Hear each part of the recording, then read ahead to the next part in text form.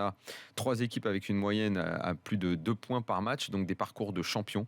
Dans ce championnat extrêmement serré, moi je crois que rien n'est joué.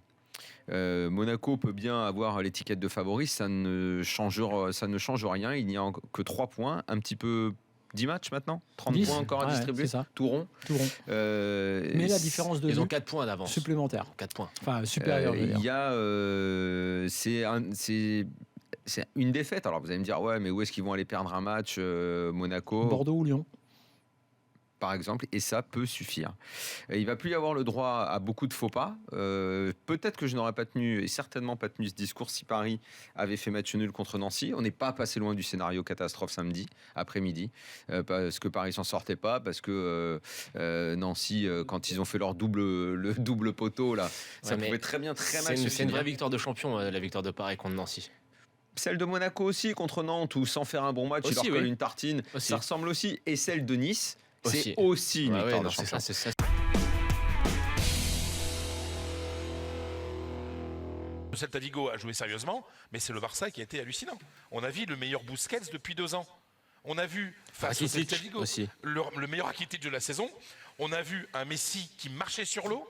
Et on a vu un Neymar qui, pour la première fois depuis très longtemps, a fait des griguilles efficaces. C'est-à-dire le jeu virevoltant, très brésilien, très chambreur, etc., a eu un effet. C'est-à-dire qu'il a servi à quelque chose. Et donc je me dis que ce Barça-là, qui n'a plus rien à voir avec le Barça d'avant le match aller, qui, quoi qu'il arrive, doit faire quelque chose, mené par un Messi qui peut perdre le Ballon d'Or dès mercredi soir, parce qu'un type qui est éliminé en 8e de finale, il ne peut pas gagner le Ballon d'Or.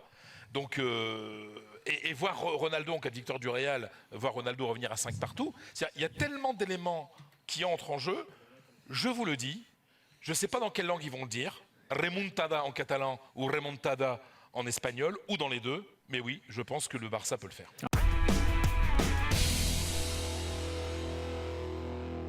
On en a déjà tellement souvent parlé, mais là on est arrivé au moment de vérité, à savoir que Alexis Sanchez, sa situation à Arsenal est telle que tu vois le signe que nous sommes vraiment à la fin d'un cycle.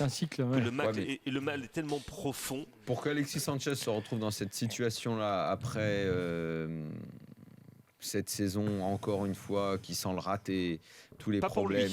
Là, jusqu'où va-t-on aller avec Wenger? On voit bien que c'est cramé. Ah mais écoute, on est au-delà du cramé. Là. Alors, La poêle, elle a même plus de fond. Là. Il lui restait combien d'années de contrat? Il lui restait qu'un an, non? Il lui reste exactement 16 mois. 16 mois. Et en plus, ils vont le vendre pas cher. Et donc voilà, ils vont même pas arriver à le vendre. C'est un joueur qui vaut facile 40 ou 60 millions d'euros, quoi.